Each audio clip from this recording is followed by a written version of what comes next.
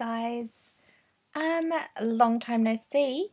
I have been, well, not on the computer all that much, and not able to get any videos edited because I have been, well, last week I was in the hospital with my daughter. She ended up she had this cold on and off for like a week or 2 weeks, and then, we went to see a doctor on Friday, and the Pamel that I had been giving her for her fevers, that like they say give them a maximum of 4 doses in 24 hours. She was burning that off way before the next dose was due. So I took her to the doctor about that, and they had given her something else, some ibuprofen, and they said, yeah, let's see if this works. And it took the temperature down, and she seemed quite a bit better. And then we went home, and on the way home she vomited all over herself in her car seat, and the only thing I had to catch it with was my scarf. So I was like, oh yeah, put this against you. So she had my scarf like this, and she was just like, bleh, bleh. Poor little thing. But anyway, so I got home and called the doctor back, but they'd already closed up for the day, so I had to go through to the after hours nurse. It was a whole big rigmarole. Basically, the short of it is that the after hours nurse told me that the doctor shouldn't have even prescribed her the ibuprofen because she was just going to vomit it up from the fever. So what I was basically at a crossroads then, because it was the weekend.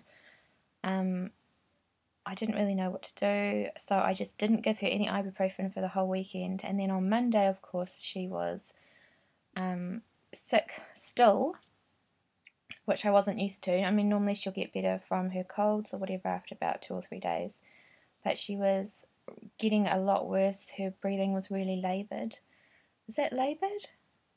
When it's like short breaths? Anyway, that's what was happening. She was short breaths. Her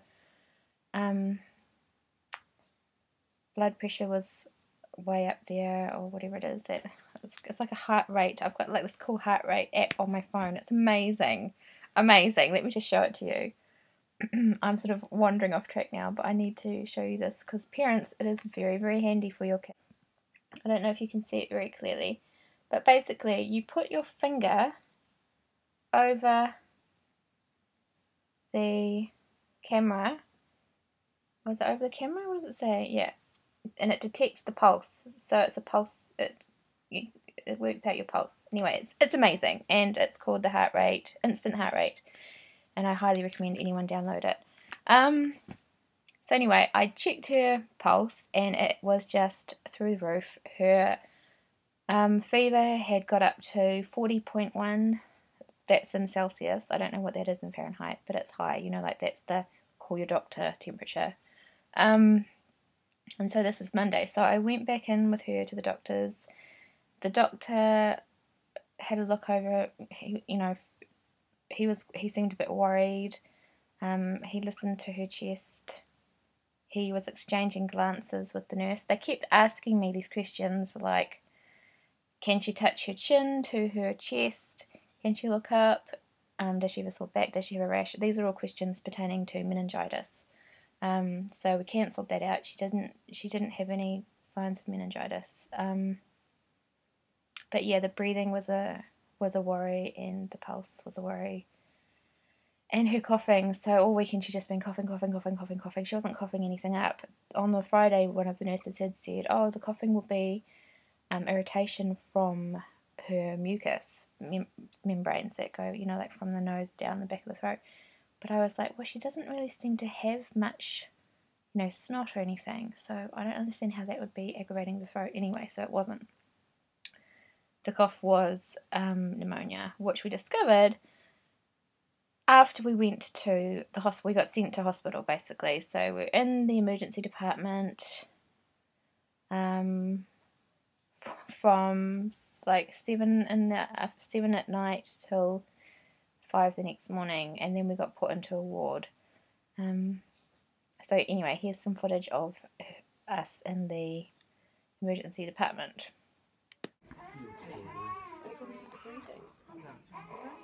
Any snotty nose? Any fever? Just always in the cough. And with the cough, does she cough with it? No, she doesn't.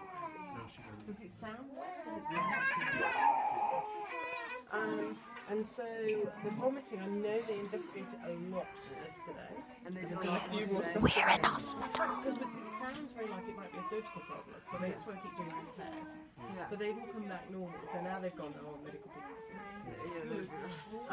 So 5 days of the vomiting. We've just been for a chest X-ray.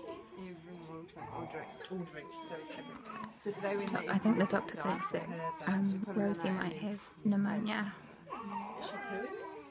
My poor little piglet. I actually googled the symptoms when I was at home, and I thought, oh my god, she's got pneumonia. So now I'm like, my fears are all coming true. But she's having some rest for the first time in ages, so that's quite good. But she doesn't want to get out of her pram, so she's just having a snooze in the pram, and I am looking at the bed like I really want to lie down on it.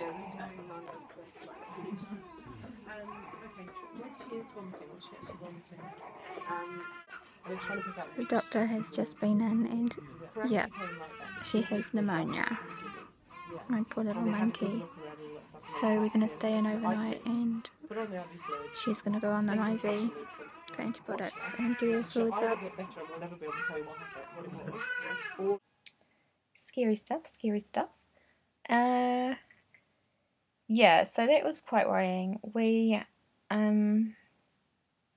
went into emergency department. She was not too bad because she'd had her paracetamol before we left to go to the hospital. So her fever was down a bit, and all she wanted to do was sleep, which I was really relieved about because she hadn't been able to sleep for 24 hours. She'd just been coughing. But they were so busy that night in the ED. I mean, they are fantastic. All the nurses and doctors in ED are so fantastic. But they were just really busy.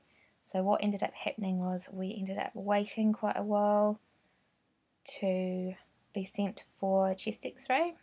And then that happened, and then we were put back down in a little curtained off cubicle, and then we were waiting quite a bit to sort of hear what the prognosis was, and then we were told, yes, she's got pneumonia, and you guys are going to have to stay overnight, and we're going to have to put her onto IV antibiotics straight away and fluids straight away because she's dehydrated and she's quite sick.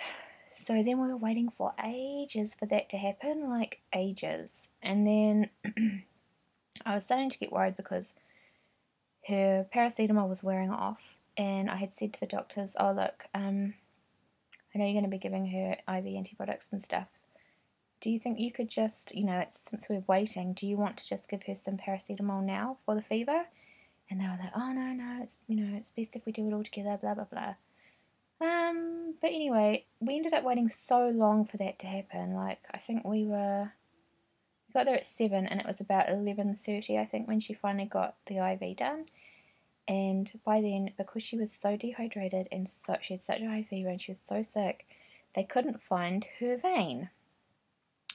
They tried looking in, they poked a little needle in this one, they poked the needle in her hand, couldn't find it, did it over here, did it in this elbow, like backwards and forwards, and she was so sick, the poor little thing, that she didn't put up a fuss. She was just lying there like a pincushion being prodded.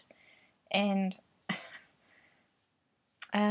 they have like a little Where's Wally picture that you're supposed to sort of like hold up in front of the child's face so that they're, sidetracked by this Where's Wally. But basically I was holding that thing up for like 5 minutes, then she said, Mummy, I want to, I'm sick of this, put it down, I want to see what's happening. She was so, she took everything really well. She just wanted to see what they were doing. And then I think also because they weren't doing it properly, she was like, what's taking so long? But then after a while she was like, Mummy, this is really sore. Stop pinching. And they finally managed to find the vein using this little ultrasound thingy. And got her all hooked up, and then she started getting the fluids, and I was just so relieved because she just looked, she was bright red, and I was like hot as in that room, so she must have been so uber hot because like she already had the fever. You know what I'm saying? yeah, whilst they were like getting the IV in, I was like, oh, do you have a flannel? Because I think she's quite hot. And they were like, oh, just wait a minute. Well, I'm sure she'll be okay in a minute. And I was like, look, she's really hot and I'm really hot. Actually, can I have a flannel? Like, I started to feel really woozy. I don't know if it was from seeing them like prodding and poking my poor little child in her arms and stuff with these needles, or if it was the heat, or if it was just I was so tired, or if it was like a combo of all these things. But like I was all of a sudden just felt really faint. They gave me like a paper towel flannel thing, and I was like wetting my face and wetting her face, and then I was just like, oh, Mummy needs to sit down, Mummy needs to sit down. So they gave me a chair, and I was like sitting, holding onto her hand while they tried to put the needle in. And then at the end when they got it in, I was like, oh, I think I'm going to be sick. And then I had to like excuse myself, but I didn't throw up. But it was really weird. Like it was, yeah, not fun. Then we went back to our little cubicle, lying in there for a bit longer, like a few more hours until 5 a.m. Like I managed to get some sleep, thank God, and so did she. So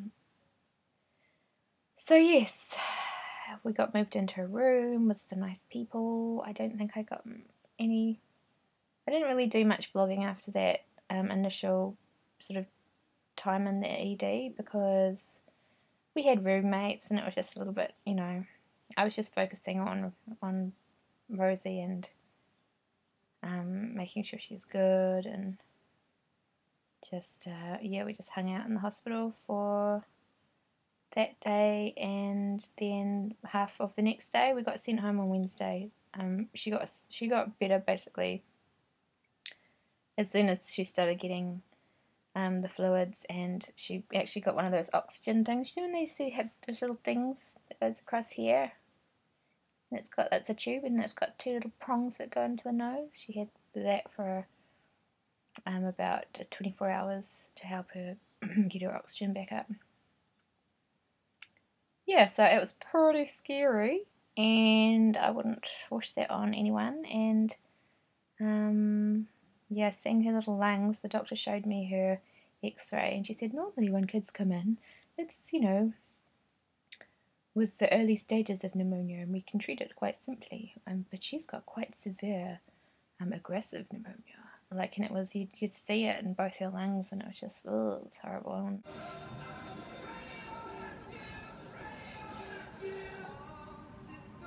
My little sick of snoozing with Lulu.